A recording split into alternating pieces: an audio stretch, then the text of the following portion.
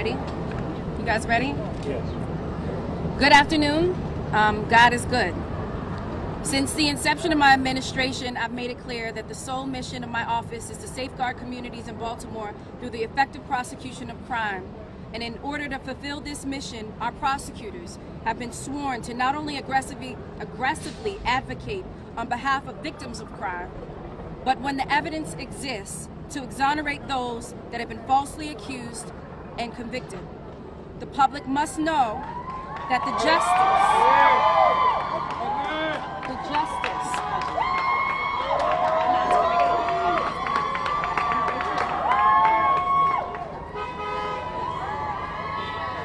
can wait. Hey, we'll wait.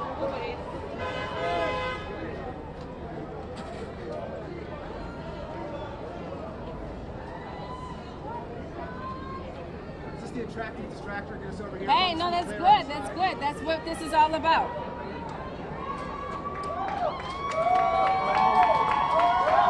I know you don't remember me. I was at DCI when you used to come in when you said he was Willie Hamilton. Me and Gordon Pappy. Got up fast. I was just released 90 days ago under juvenile record. After doing 30 years and 102 days in PG County. I was the first one in PG County. Yes. Yes. And Adnan Syed, who's a real good friend of mine. So you just getting it done?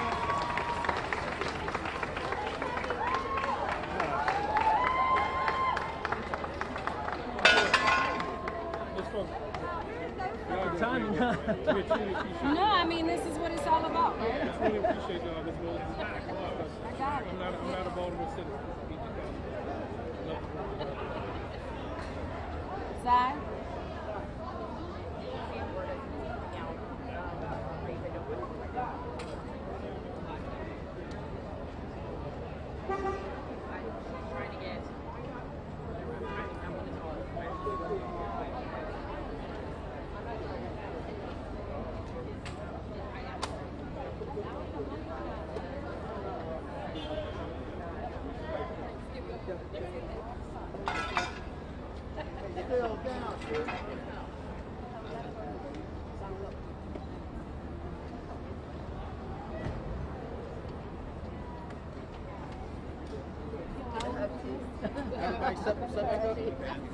I just supervise it.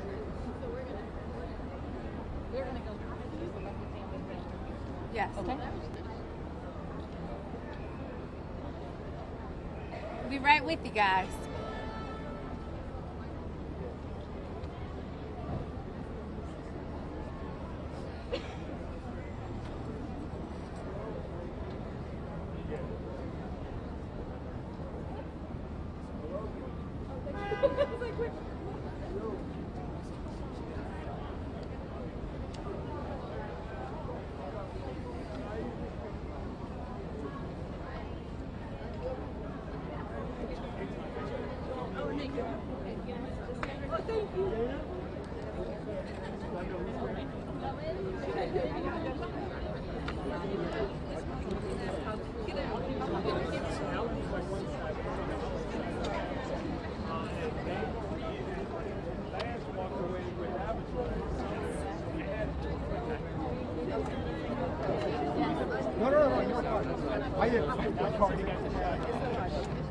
Can you guys take one step back? Just one step back.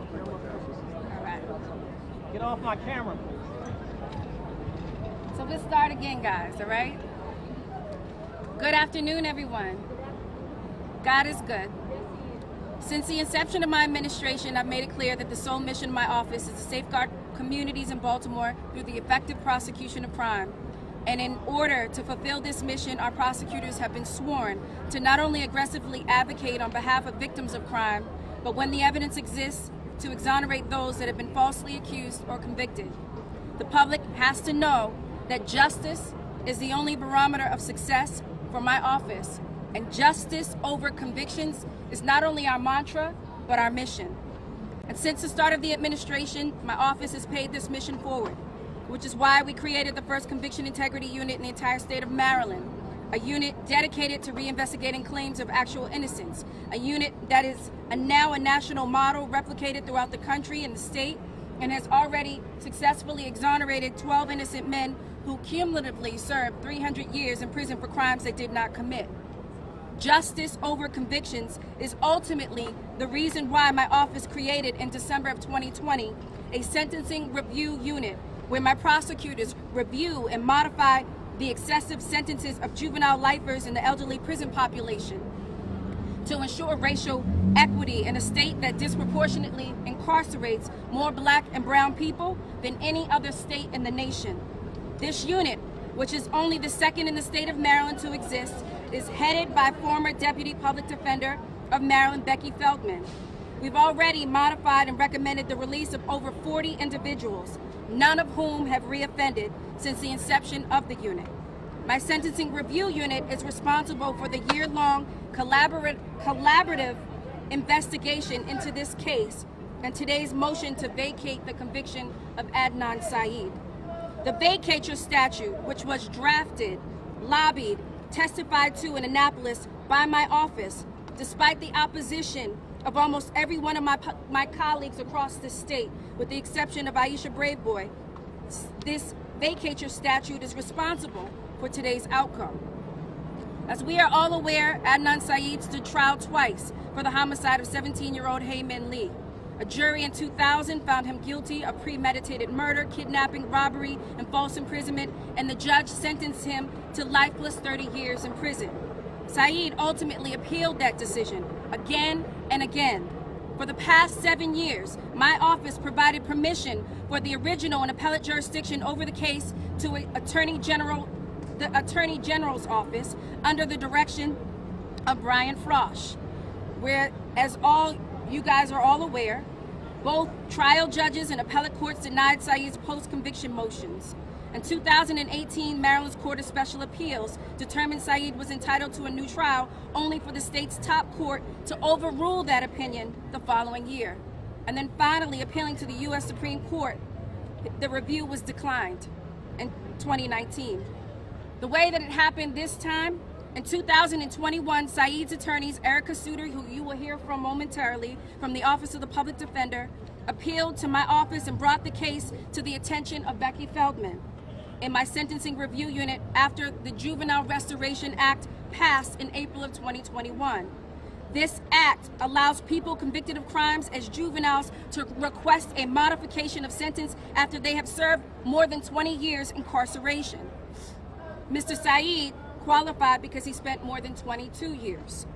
Becky Feldman subsequently led nearly a year-long exhaustive investigation reviewing the substantive facts of this case, where several problematic issues were presented, and thereafter leading my office to file a motion to vacate the conviction of Adnan Syed.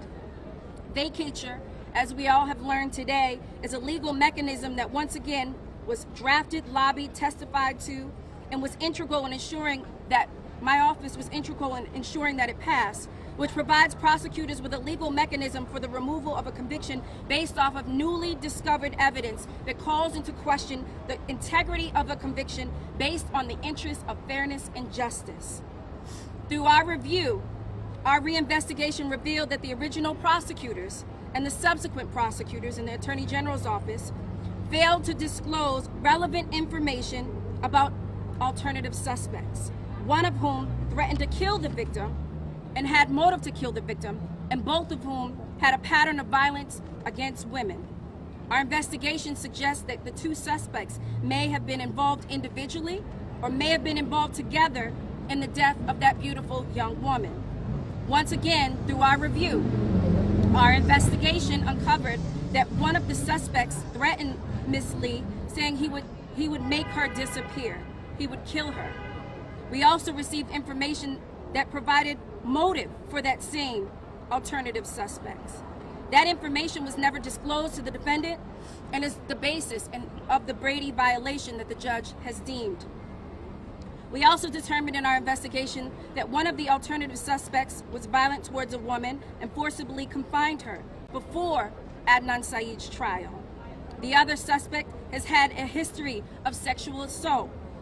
None of that information was provided to defense counsel by either the original prosecutor or the Attorney General's office, where the original case file still sits. It was through our investigation we also learned that during the original investigation, one of the suspects were improperly cleared by investigators based on faulty polygraph tests and a faulty cell site evidence that was used against Adnan Syed that simply wouldn't stand up in court today. And finally, we found that the previous misconduct of one of the homicide detectives in the Syed's case, a detective that was negatively implicated in my office's first exoneree, Malcolm Bryant, contributed to a wrongful conviction in a separate 1999 murder case. For all of those reasons, my office petitioned the court jointly with Erica Suter from the Office of the Public Defender and asked that Adnan Syed be given a new trial where he is adequately represented and the latest evidence presented in the interests of fairness and justice, which is and has always been the hallmark of my administration as State Attorney for Baltimore City. At this stage, a trial has been set in for a new trial date because we're not yet declaring Adnan Syed is innocent, but we are declaring that in the interests of fairness and justice, he is entitled to a new trial. And because this is an ongoing case, there are limits to what I can say in this matter, but it is imperative that we start the process of securing a new trial with adequate representation for Mr. Syed to ensure that the family of Ms. Hayman Lee knows with full confidence that the person responsible for her death and the death of their loved one will be held accountable. Ms. Lee's family deserve closure. They deserve justice, and we intend to fight for that.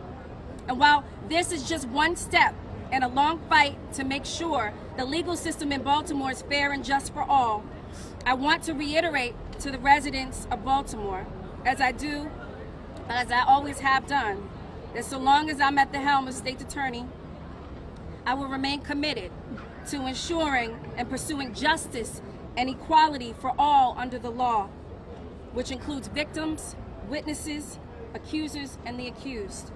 I said this 4 months following the death of Freddie Gray, and I'm saying it 4 months before the end of my term. Justice is always worth the price paid for its pursuit. Thank you. Any questions?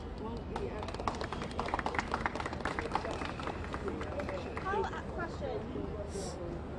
I know in court there was not a lot of detail given about these potential other suspects. How confident are you that these suspects are able to be part of a new trial, accessible? So I kind of addressed that in my remarks. I cannot, because it's an open and pending matter, I cannot talk about the substance of the case. But I can tell you that we are working with the Baltimore Police Department, and it is an active investigation. Will that be wrapped up in 30 days to file a new trial? So what I can tell you is the investigation is separate and apart from the 30-day mandate.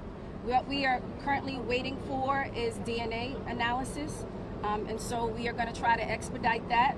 That is with reference to whether or not Adnan's case will be dismissed, a no prost, and we would certify his innocence, or whether or not the case is set in for trial. The DNA evidence comes back, and I'll just be candid, and it's Adnan Syed, then clearly, you know, there's implication that we have to proceed. That still entitles him to a fair and just trial. But in any event, we're going to wait for the DNA to come back, and we'll make that determination at that stage. What happens if Someone that like doesn't come to back speak in on 30 behalf days? of the family?